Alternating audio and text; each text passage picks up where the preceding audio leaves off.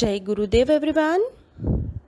गुरुर्ब्रह्मा गुरुर्विष्णु गुरुर्देवो महेश्वर गुरुर्साक्षात् परब्रह्मा तस्मै श्री गुरुवे नमः। तस्मै श्री गुरुवे नमः। तस्मै श्री गुरुवे नमः। इस श्लोक का अर्थ है, गुरु ही ब्रह्मा है, गुरु ही विष्णु है और गुरु ही भगवान शंकर है। गुरु ही साक्षात परब्रह्म है। ऐसे गुरु को मैं शत शत प्रणाम करता हूँ। जय पर्यावरण बच्चों, आज हम हिंदी व्याकरण में पाठ 6 पढ़ेंगे, जिसका नाम है वचन और जिसे इंग्लिश में नंबर्स कहते हैं। तो चलिए शुरू करते हैं हमारा आज का पाठ।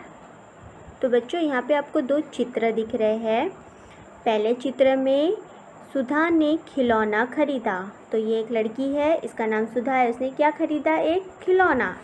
फिर दूसरा, दुकानदार खिलौने बेच रहा था। तो यहाँ पे एक शॉपकीपर है, वो क्या कर रहा था? खिलौने बेच रहा था। ठीक है, अब हम एक और एग्जाम्पल लेते हैं। रवि ने एक केला खाया और यहाँ पे पिताजी ने आधा दर्जन केले खरीदे। तो बच्चों, अभी हमने ऊपर जो वाक्य देखे हैं, उस वाक्य में जो शब्द है, जो खिलौना और केला, ये क्या है? एक वस्तु के बारे में बता रहा है ना। खिलौना और ये जो केला था, उससे हमें पता चल रहा है कि वहाँ पे एक खिलौना था और एक केले की बात हो रही थी। और साथ ही जो दूसरा चित्र था, उसमें खिलौने और केले, मतलब एक से अधिक वस्तुओं के बारे में बात हो रही थी। तो यही है हमारा आज का पाठ, जिसका नाम है वचन। वचन यानी कि हमें ऐसे शब्द से जिससे हमें पता चले कि वो संख्या में एक है या एक से अधिक, उसे क्या कहते हैं? वचन कहते हैं। चलिए एक बार और इसकी परिभाषा देखते हैं। शब्द के जिस रूप से संज्ञा के एक या एक यानी 1 या एक से अधिक यानी कि एक से ज़्यादा होने का पता चले, उसे वचन कहते हैं। फिर अब वचन के भेद। वचन के कितने प्रकार है? 2 प्रकार है। एक है एक वचन और दूसरा है बहुवचन। तो चलिए हम एक एक करके से पढ़ते हैं। सबसे पहले एक वचन। एक वचन शब्द के जिस रूप से उसके एक होने का पता चले, उसे एक वचन कहते हैं। यस, इसके नाम में ही इसका अर्थ छुपा हुआ है। देखिए, एक यानी 1, मतलब ऐसा शब्द जिससे हमें पता चले कि वहाँ पे किसी एक के ही बारे में बात हो रही है, उसे क्या कहेंगे? हम एक वचन कहेंगे। तो चलिए इसके उदाहरण देखते हैं, जिससे हमें और अच्छे से समझ में आ जाएगा। देखिए यहाँ पे क्या है? पंखा। तो क्या होगा? पंखा। एक पुस्तक है तो पुस्तक, और एक पौधा है, प्लांट, एक छोटा सा, तो यहाँ पे क्या होगा? पौधा। तो इन शब्दों से हमें पता चल रहा है कि यहाँ पे जो भी वस्तु है वो कितनी है? संख्या में, नंबर में 1 है। तो उसे क्या कहेंगे हम? एक वचन। अब नेक्स्ट है बहुवचन। इसमें भी इसके नाम में ही उसका अर्थ है। बहु यानी बहुत सारे, एक से ज़्यादा।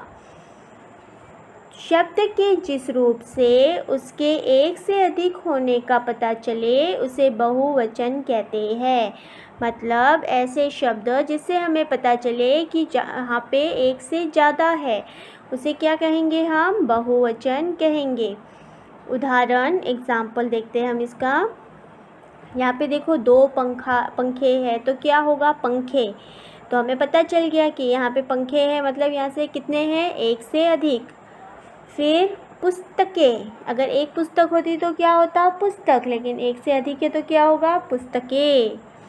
फिर पौधे। एक वचन में एक पौधा था तो क्या होता था? पौधा।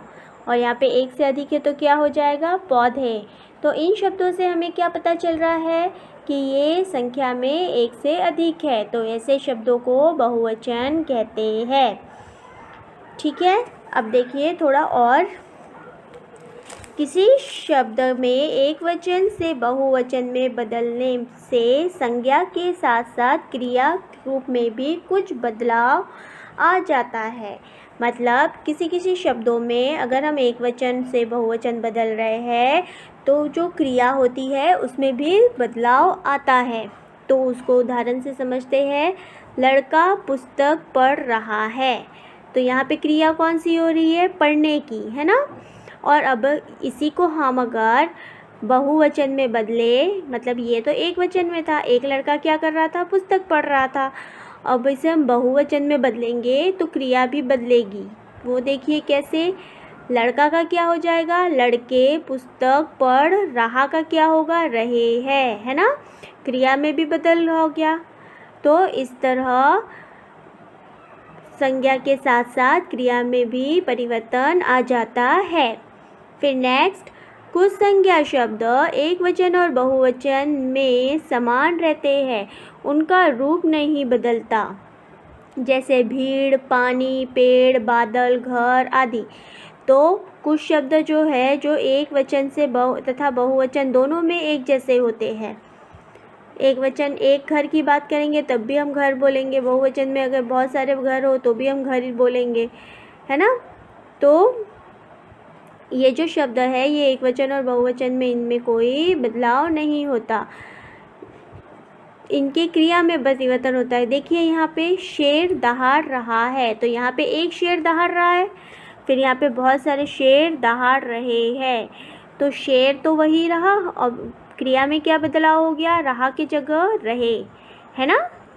फिर नेक्स्ट, आदर प्रकट करने के लिए, आदर मतलब रिस्पेक्ट, जिस तरह हम हमारे बड़ों की रिस्पेक्ट करते हैं, तो रिस्पेक्ट करने के लिए शब्द के एक वचन होने पर भी उसे बहुवचन के समान प्रयोग किया जाता है। उदाहरण, पिताजी बुला रहे हैं।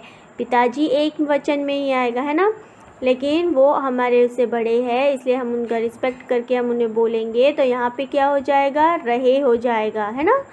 फिर नेक्स्ट, नेहरू जी भारत के प्रधानमंत्री थे, तो ये भी हमसे बड़े, हम उनका रिस्पेक्ट करेंगे तो ये भी ऐसा वाक्य बनेगा।